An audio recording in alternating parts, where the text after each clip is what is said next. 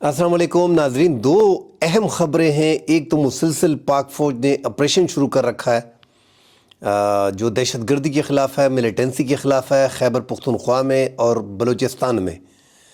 कल भी हमने देखा कि हमारे आर्मी चीफ़ जो है जनरल आसिम मुनीर, वो तमाम तर सियासी जमातें पख्तूनख्वा की जो थी, कौमी वतन पार्टी, अवामी नेशनल पार्टी, मुस्लिम लीग नून, वज़ीर आला पख्तूनख्वा, PTI, JUI, जमात इस्लामी, तमाम तर सियासी जमातों के कायदीन मौजूद थे और आर्मी चीफ़ ने दहशतगर्दों के ख़िलाफ़ कार्रवाई जो है उससे मुतालिक तमाम तर सियासी जमातों को ब्रीफ़ किया और उनसे सपोर्ट हासिल की। जबकि पाकिस्तान तहरीक इंसाफ के अली अमीन गंडापुर वज़ीर आला पख्तूनख्वा ने मामले को सियासी तौर पे हल करने का आर्मी चीफ़ से तस्करा किया है।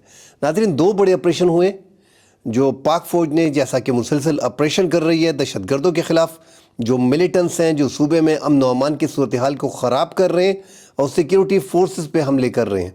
टांक में बड़ा ऑपरेशन किया गया है, वादी तीरा में बड़ा ऑपरेशन किया गया है। इस हवाले से बात करेंगे और आइनी बेंच ने 9 मई के हवाले से बड़े अहम सवालात उठा दिए हैं जजेस साहिबान ने, उस पर बात करेंगे। बात करने से पहले तमाम तर दोस्तों से, देखने वालों से दरख्वास्त है कि हमारे चैनल को सब्सक्राइब करें, लाइक करें, बेल का आइकन जो है वो उसको प्रेस करें।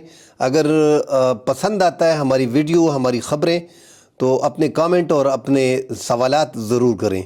नाज़रीन, बड़ी अहम डेवलपमेंट है कि वादी तीरा में और टांक में, ज़िला टांक में जो दहशतगर्दी के ख़िलाफ़ एक लहर चल रही है, जो दहशतगर्दी की जो TTP ज़्यादातर जो है वो तहरीक तालिबान जो है वो सिक्योरिटी फोर्सेस पे मुकम्मल तौर पे हमले कर रहे हैं। उन्होंने चैलेंज किया है रियासत को और रियासत ने उनके ख़िलाफ़ भरपूर कार्रवाई शुरू कर रखी है।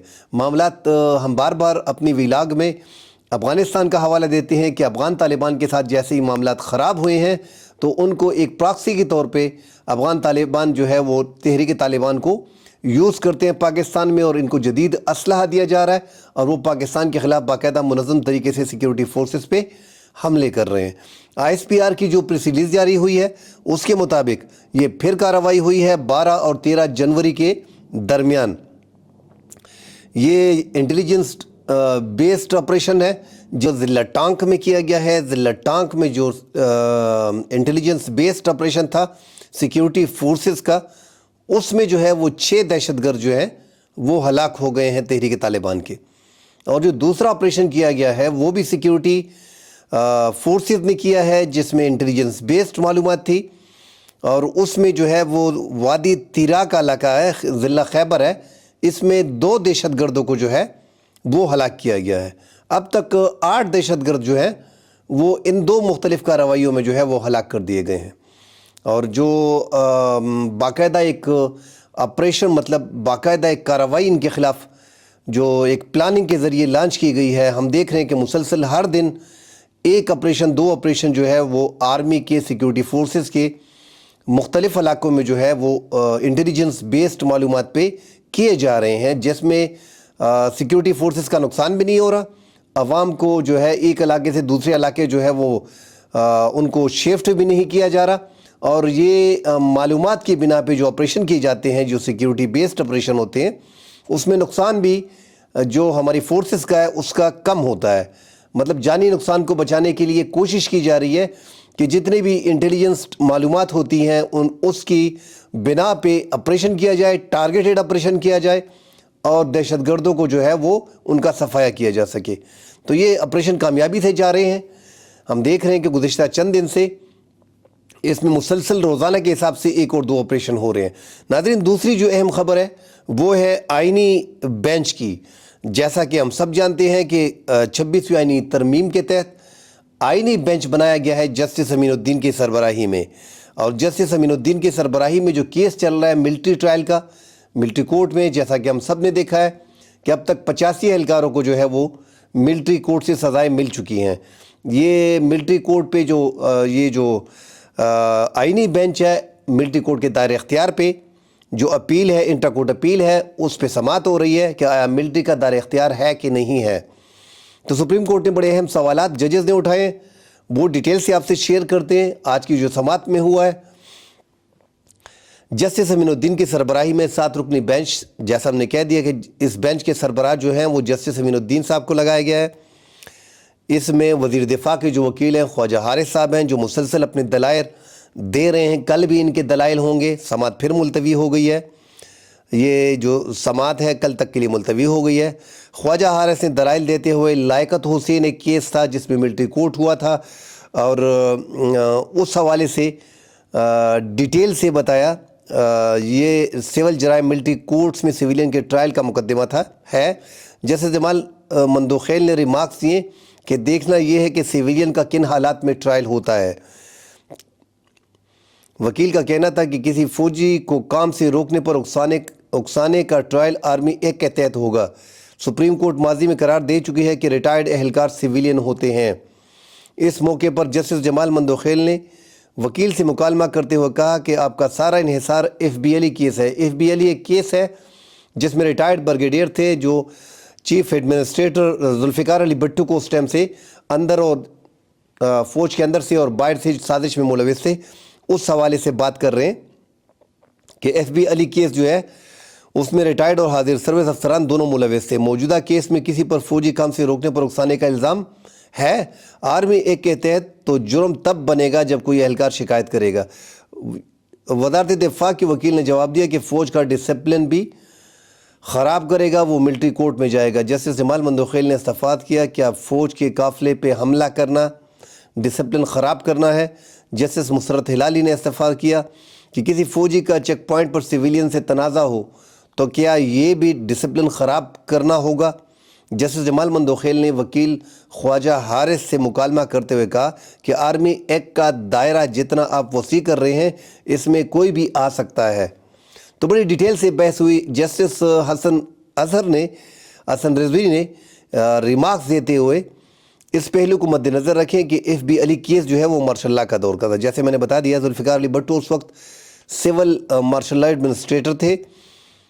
जुल्फ़िकार अली भट्टू को हटाने की कोशिश में FBLE केस बना। मार्शल लॉ इस वक्त ख़त्म हुआ। अब ये आइनी दौर है। आइन बन गया। मतलब वकील दिफा ख्वाजा हारिस का कहना था कि अदालती फ़ैसले में इमरजेंसी के नफाज का जिक्र नहीं। खैर, बहरहाल ये बड़ी अहम सवालात उठाए हैं। इसमें मरकज़ी मुल्ज़िम जो है 9 मई का जो मरकज़ी मुल्ज़िम है उनके हवाले से भी सवाल किए गए हैं। बड़े अहम सवालात उठाए गए हैं। समाअत के दौरान जस्टिस हसन रिजवी ने वकील ख्वाजा हारिस से मुकालमा करते हुए कहा कि वज़ारत दिफा एक अहम सवाल का जवाब दे, क्या 9 मई वाक़यात में किसी फ़ौजी अफीसर के मुलव्वस होने का ट्रायल हुआ? 9 मई को लोग बग़ैर हथियार के कोर कमांडर हाउस कैसे पहुँचे? लोगों को कोर कमांडर हाउस के अंदर जाना तो सिक्योरिटी की नाकामी नहीं, मतलब एक सिक्योरिटी नाकामी थी जो लोग वहाँ पे पहुँचे थे। ख्वाजा हारिस ने जवाब दिया कि मुजाहिरीन पर इल्ज़ाम अमलाक को नुकसान पहुँचाने का है। 9 मई के वाक़े में किसी फ़ौजी अफीसर का ट्रायल नहीं हुआ। बड़े अहम सवालात हैं नाज़रीन। 9 मई के वाक़यात हमने देखे कि 85 एहलकारों को, पहले 25 एहलकारों को, बाद में जो 50 एहलकार थे उनको 10 साल की, 2 साल की, 6 साल की, 7 साल की मुख्तलिफ़ सज़ाएँ सुनाई गई। अभी मरकज़ी मुल्ज़िम जो इशारा दे रहे हैं कि इमरान ख़ान जो है वो मरकज़ी मुल्ज़िम है, ये बाकायदा एक प्लांटेड था, क्योंकि इतने मकामात पे जो फ़ौजी अमलाक हैं, इदारे हैं, उन पे यकदम तहरीक इंसाफ ने कैसे हमले कर दिए। तो बड़े अहम सवालात किए गए हैं। 9 मई के नाज़रीन इसकी बेनिफिशियरी जो है, जो फ़ायदा किसको पहुँचा है, वो डेफिनेटली सरकार को पहुँचा है, पाकिस्तान मुस्लिम लीग नून को, पीपल्स पार्टी को। वो सरकार में है और वो मुसलसल ये मुद्दा उठा रहे हैं 9 मई का। उनके पास बयानिए में सिर्फ 9 मई है, इसमें कोई दो राय नहीं है कि 9 मई को वाक़या हुआ है। जो मुलव्वस एहलकार थे उनको सज़ाएँ होनी चाहिए, मगर सज़ाएँ जब ATC की अदालतें मौजूद हैं तो ये सज़ाएँ, हालांकि ATC में फ़ौजी अदालतों से सख्त सज़ाएँ दी जाती हैं, तो ATC की अदालतें जब मौजूद हैं तो ये सिविलियन के मिलिट्री ट्रायल, हमारा जो हम अपना मौक़िफ़ है उसके मुताबिक सिविलियन का मिलिट्री ट्रायल जो है वो आम अदालतों में होना चाहिए, क्योंकि मिलिट्री जो है वो मिलिट्री में जो काम करते हैं, जो कांस्टेबल से लेके चीफ तक होते हैं, उनका अगर मिलिट्री ट्रायल होता है तो कोई उसमें दो राय दूसरी बात नहीं है। अगर दहशतगर्दों का ATC में हो सकता है तो 9 मई के जो मुजाहिरीन थे, जिसमें आम लोग भी थे, आम लोग मेरा मतलब है कि अगर पॉलिटिशियन थे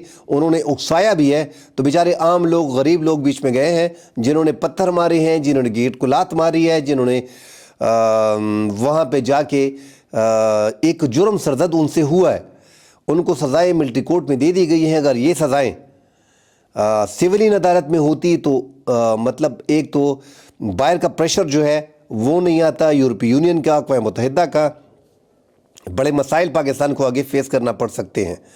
اور مرکزی ملزم کے حوالے سے کہ ان کا ٹرائل آرمی ملٹری ٹرائل میں ہوگا تو ڈیفینیٹلی اس پہ بھی کام ہو رہا ہے کہ ہاں اس کا بھی جو ہے وہ ملٹری ٹرائل ہی ہوگا۔ ایک بار اس پہ جو ہے انکوائری وغیرہ چل رہی ہے، معلومات ہو رہی ہیں، اگر معلومات آتی ہیں، یہ سارا اشارہ عمران خان کی طرف ہے کہ وہ اور ان کی پارٹی کے دیگر ممبران جو ہیں وہ 9 مئی ایک پلان کے ذریعے، پلانٹڈ کیس تھا، پلان کیا ہوا تھا، اور انہوں نے اس کو پلان کیا اور لوگوں کو اکسایا، اور فوجی اداروں پہ، قومی اداروں جو ہمارے سیکیورٹی ادارے ہیں ان کی دفاتر پہ، کور کمانڈر ہاؤس پہ، GSU پہ حملے کیے گئے۔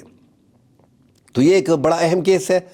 اب آئینی بینچ میں لگ ایسے رہا تھا کہ آئینی بینچ چونکہ حکومت کی ایما پہ ان کا من پسند کردہ 4تھے نمبر کے جج کو اٹھا کے آئینی بینچ کا سربراہ بنایا گیا ہے، باقی ججز بھی جوڈیشل کونسل میں، جوڈیشل کمیشن میں حکومت کی اکثریت ہے، تو آئینی بینچ انہوں نے بنایا ہے اور بڑی آسانی سے وہ اپنے فیصلے یہاں سے لے کے آگے جا سکتے ہیں۔ مگر ہم دیکھ رہے ہیں کہ یکدم موڈ چینج ہے بعض ججوں کا، جس میں دیکھا جا رہا ہے کہ کوشش کی جا رہی ہے کہ 9 مئی کے ملزمان کا ٹرائل جو ہے وہ ملٹری کورٹ کی بجائے سویلین ٹرائل میں ہو۔ ایسا لگ رہا ہے کہ فیصلہ آ سکتا ہے۔